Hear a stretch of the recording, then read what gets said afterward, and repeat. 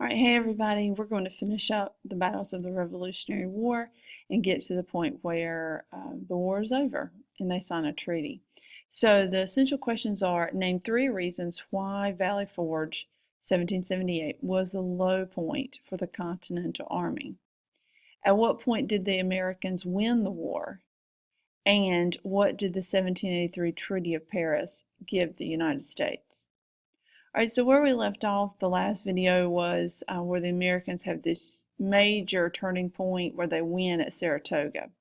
Now, I'm teaching you most of the major battles. There's a lot I'm not teaching you just for the sake of time and because our course doesn't have to go that deep. There's a lot more battles that you can find online that are involved here.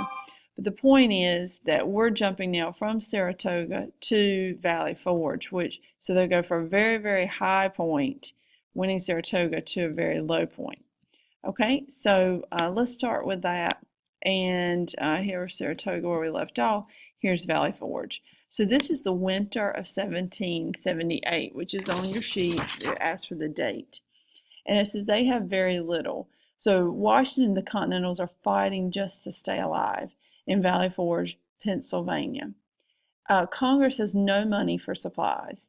Washington is writing to Congress and saying, you need to give us money. You need to give us supplies. You need to give us things because we cannot possibly fight this war with such little supplies and food, etc. It says Congress does not see the need to help Washington because they thought the French would show up and save the day. And they kept saying, just wait, the French are coming, the French are coming. And Washington was getting very frustrated. He's there on the ground, he sees what's going on, he sees his men so hungry, freezing, hypothermia, he needs support. And basically no one within this Continental Congress is going to listen to that, and probably because they just didn't have much to give. All right, so it says they have very little, no supplies, no food, very little clothing. All right, so it says, why was Congress optimistic? We already said because they thought the French were coming. And how many died there? So it says 10,000 American troops braved the snow in their tattered clothes and little food. Very few deserted, which is remarkable that very few actually left, but 2,000 are going to die that winter. So, that's a lot of people dying just from hunger and cold, not from actual battle fighting. It will take months for the French to get there, which is going to be also a major problem. But you have to realize that that's not like getting in a car and driving somewhere or getting on an airplane and flying from France to the United States in a matter of, 5 hours or whatever. It's actually much more complicated because the French are coming with boats, these huge ships. They got to put all their supplies on it. It's going to take them months to get fully ready for battle and then come over. So the journey is going to take a while also. It says that Valley Forge, the Continental soldiers began to receive proper training with the help of two men.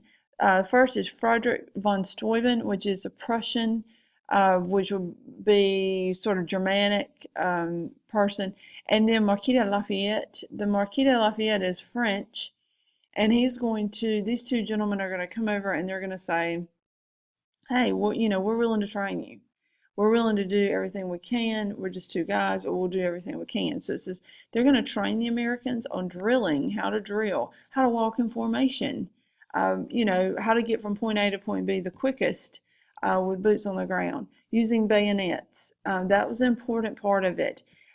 So the bayonet is a knife at the end of the gun, and it attaches to the end of the musket.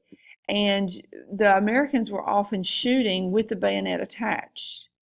And Marquis de Lafayette and others were saying, whoa, what are we doing here? Because that throws off your accuracy when you have such a heavy blade at the end of the gun.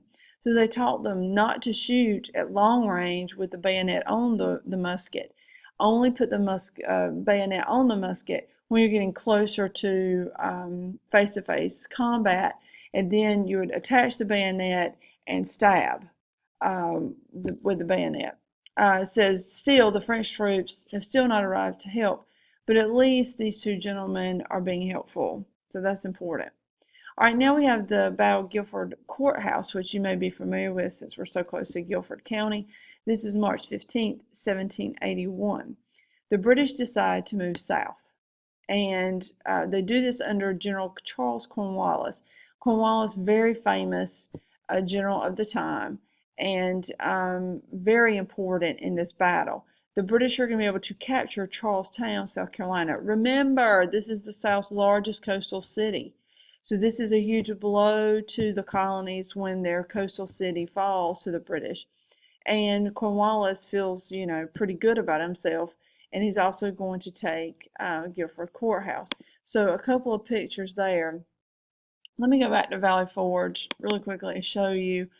Here's a picture, very famous painting of Washington on his white horse and all his men in the snow and whatnot. Notice how he's cloaked and everything. It's really, really cold weather. I think this actually pictures them dressed probably more warmly than they would have been. However, if you notice, this guy here has on no footwear, no socks, nothing. Okay, so that's that. And let's see, here's another one, Washington in Prayer, famous drawing of Washington in prayer at Valley Forge, because the situation was so bad. Matter of fact, I saw this summer at the Smithsonian where some letters where his wife Martha and he had been communicating, Washington and his wife, and she said, I want to come up and see you, etc.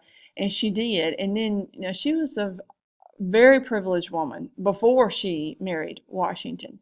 Her family was very well off, and she married a gentleman also very well off. And then he passed away. So then she remarried and married George Washington. So she's from a highfalutin family, okay? And she goes up there and sees these men walking around barefooted, seeing that they're starving, seeing the, just awful conditions they're living in. And she starts a little sewing club like homespuns, and they sit and they sew with other women to help with the war effort. So here he is in prayer, and I'm sure that they needed that. Marquis de Lafayette, here he is, and he's the general that's going to come from France and help train Washington's troops in proper training. It's amazing they've made it this far against the British without proper training. Okay, so back to Guilford Courthouse. Washington is going to call up his best general in the South, and that general is Nathaniel Greene, of whom Greensboro is named.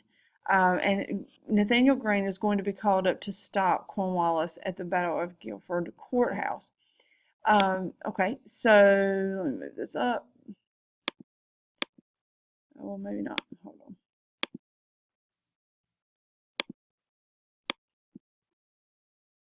No, I'm messing it all up. I'll just toggle. There we go. They're going to meet at Guilford Courthouse, of course. It will be a British victory. Greene is going to inflict heavy losses on the British, but the British still come out the winners. So you can color Guilford Courthouse red because it, in fact, falls to the British.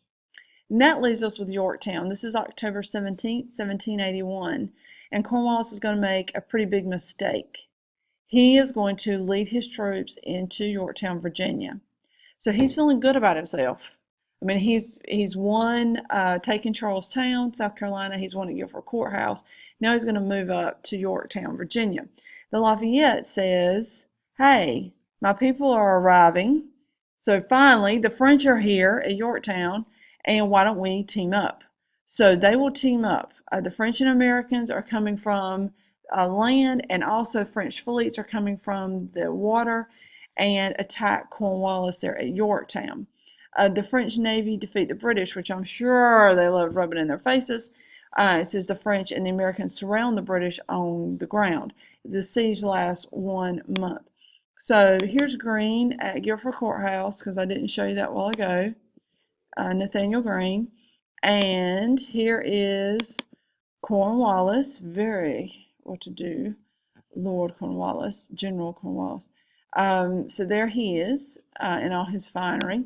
And here is a map of Yorktown, which shows you what I was discussing, how the Americans and the French are going to come through on land, and then the French are going to come through with their fleets.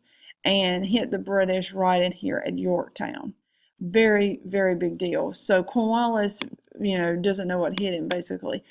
Basically, the British are going to have to surrender here. Cornwallis is a big fat wimp.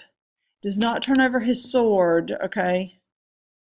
Does not turn over his sword. Instead, which is the stately thing to do, if you're the loser, you're supposed to bring your weapon and hand it to the winning general. And Cornwallis refused to show up. He was so embarrassed by their loss, and he's a big fat wimp, so he doesn't come to show up. Probably he also thought he was too good for this. Sends another general to hand over his sword, so that goes down in history. With the Battle of Yorktown, war is over. So you can color Yorktown blue because the Americans are going to win Yorktown with the help of the French. And war has ended. Amazingly shocking to the world that these Continentals are able to defeat the British. All right, so in the end here we have the peace talks, Paris, 1782. So they signed another Treaty of Paris. Remember, one ended the French Indian. This one's going to end the Revolutionary War. You can only remember it by the date. This is after independence and all that, so it's 1782. So by 1783, they're going to meet in 1782. By September 1783, it's all signed and done. And it's going to give the Americans, the colonists, their independence from the King of England. So they are no longer part of the colonies anymore. They now will have their own set of rules, their own government, and all of that. And also it gave us borders from the Atlantic Ocean to the Mississippi River and from Canada to Florida. Remember, Florida at this time is going to be in the hands of the Spanish. Canada is primarily going to be in the hands of the British and somewhat the French. So from the border of Canada down to Florida, from the Atlantic Ocean to the Mississippi River. I have a picture of that also, which just basically shows you from Canada down to Florida, but does not include Florida. This is Spanish. All this is Spanish. All right, so from Canada down to Florida, from the Atlantic Ocean to the border of the Mississippi River. So huge deal that we gain all this territory and that we actually kick butt in the Revolutionary War. Total miracle. No one could have ever, the odds, if Vegas were betting on this, they would have totally been against it 100%. So people would have lost a lot of money on that bet because the colonists just did not seem prepared and did not seem ready to take on the best army in the world, and yet they did. All right, so to me, it's a good history lesson on the power of perseverance and how Americans always persevere. It's in our blood. All right, so back to the essential questions. 3 reasons why Valley Forge was a low point for the Continental Army. Primarily because they have very little food, very little clothing, and it is so bitterly cold. And you add all that up, and you've got a very unhappy army. And when you have an unhappy army, they're not going to be able to fight as well. At what point did the Americans win the war? That is Yorktown, where the French arrive. So Yorktown, Virginia, is where Cornwallis is defeated. What did the 1783 Treaty of Paris give us? Well, it gave us our independence from England, and it gave us our new borders from Canada to Florida, from the Atlantic Ocean to the Mississippi River. All right. We are done with the war. Yay for us. All right, very good. All right, see you guys later.